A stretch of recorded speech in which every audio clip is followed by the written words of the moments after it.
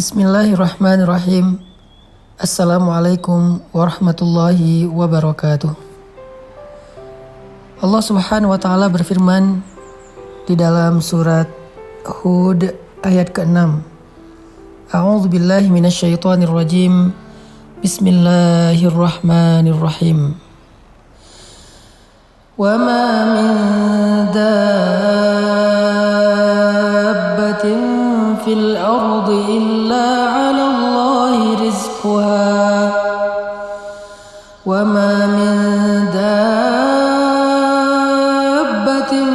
fil ardi illa 'ala Allahi rizquha wa ya'lamu mustaqarraha wa mustawda'aha kullun fi kitabim mubin.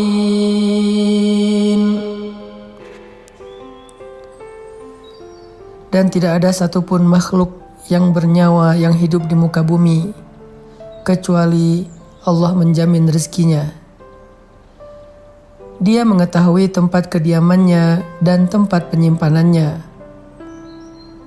Semua tertulis di dalam kitab yang nyata ataupun Lauhul Mahfuz. Shadaqallahul azim. Ayat ini adalah salah satu di antara ayat yang mengajarkan kita tentang iman terhadap rububiyahnya Allah Subhanahu wa taala.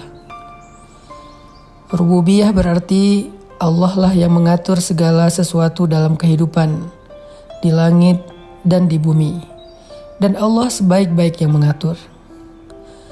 Rububiyah berarti Allah lah yang berkehendak dan menentukan segala sesuatu dengan kehendaknya, dan Allah Maha Adil dalam segala ketentuan yang Allah kehendaki. Rububiyah juga berarti Allah lah yang menentukan rezeki untuk setiap hambanya.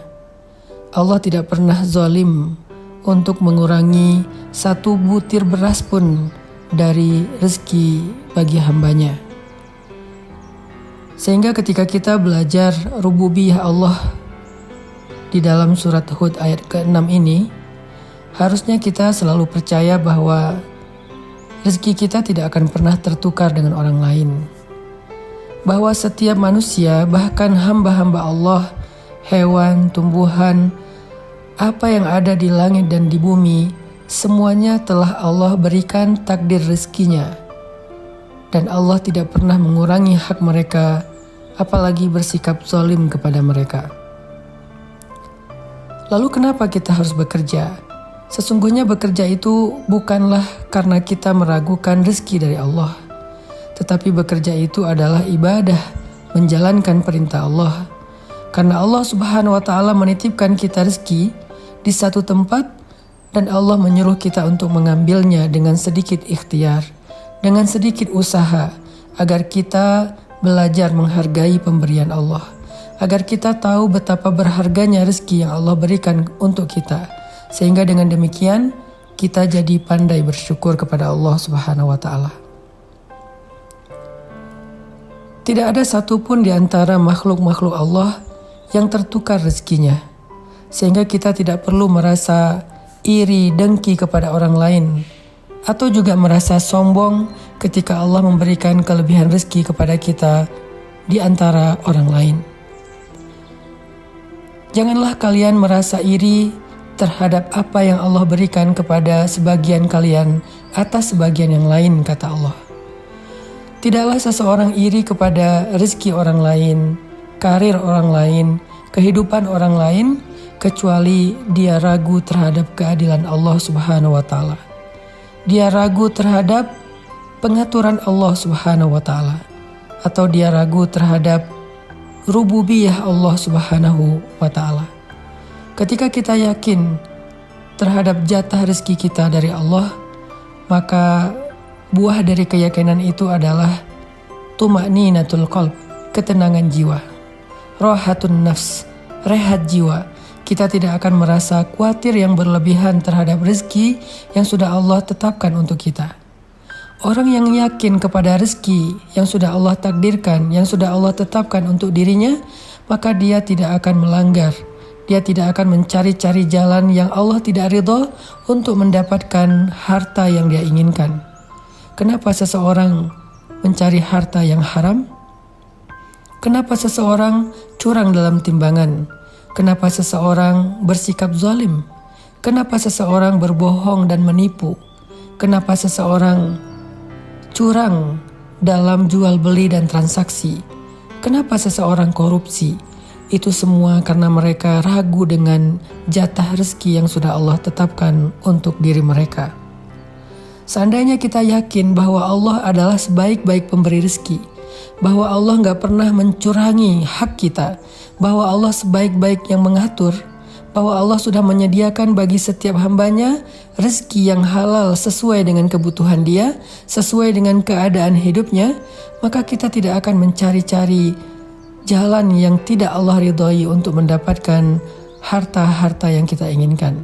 Kita akan komitmen, kita akan istiqomah mendapatkan harta yang halal, karena kita percaya yang halal itu pasti ada. Ada orang yang berkata, mencari harta yang haram saja susah, apalagi yang halal. Ini pasti wasawisus syaitan, ini pasti bisikan-bisikan syaitan. Kenapa? Agar kita berputus asa dalam mencari rezeki yang halal, agar kita berputus asa dalam berharap kepada Allah Subhanahu wa Ta'ala. Sungguh kalimat ini adalah kalimat orang yang tidak beriman.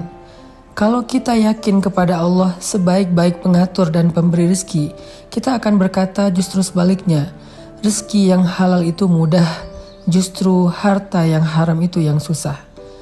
Sesungguhnya rezeki yang halal itu pasti, yang haram itu yang tidak pasti. Kenapa pasti? Karena Allah yang menyediakannya untuk kita. Wa ma min dabbatin fil ardi illa 'alallahi rizquha. Allah yang menjamin rezekinya. Falimal ya's. Kalau begitu kenapa kita berputus asa? Kenapa kita mengeluh? Kenapa kita berhenti berikhtiar? Kenapa kita tidak lagi istiqomah? Kenapa kita melenceng dari jalan Allah? Kalau kita yakin bahwa Allah telah menyediakan jaminan rezeki kepada kita semuanya. Orang yang yakin dengan rezeki di sisi Allah juga tidak akan bersikap kikir dalam mengeluarkan hartanya fi sabilillah. Sebagaimana Nabi bersabda, demi Allah tidak akan berkurang harta karena sedekah. Justru sedekah yang dilakukan karena syukur akan menambahkan kebaikan setelahnya. La in syakartum la azidannakum. Kalau kalian bersyukur, pasti aku tambahkan untuk kalian. Orang yang menahan hartanya, bersikap kikir sehingga dia tidak mau mengeluarkan hartanya fi sabilillah, bahkan harta yang wajib untuk dia keluarkan seperti zakat, itu pasti karena dia takut kekurangan rezeki. Kenapa dia merasa takut kekurangan rezeki? Karena dia tidak yakin dengan jaminan rezeki dari Allah Subhanahu wa Ta'ala. Maka dalam ayat ini kita belajar bahwa sesungguhnya Allah Subhanahu wa Ta'ala telah menjaminkan untuk kita rezeki yang halal, maka jangan pernah mencari-cari cara yang haram untuk kehidupan kita. Di dalam ayat ini juga kita belajar bahwa sesungguhnya Allah menjamin dan mengatur kehidupan kita, sehingga jangan sampai kita berputus asa untuk berharap kepada Allah dan berputus asa untuk berikhtiar, bekerja dengan pekerjaan yang baik, mencari rezeki yang sudah Allah tentukan untuk kita. Mari kita belajar dari ayat ini agar kita lebih istiqomah, agar kita lebih tumakninah, dan agar kita semakin kuat bertawakal kepada Allah Subhanahu wa Ta'ala. Barakallahu fikum.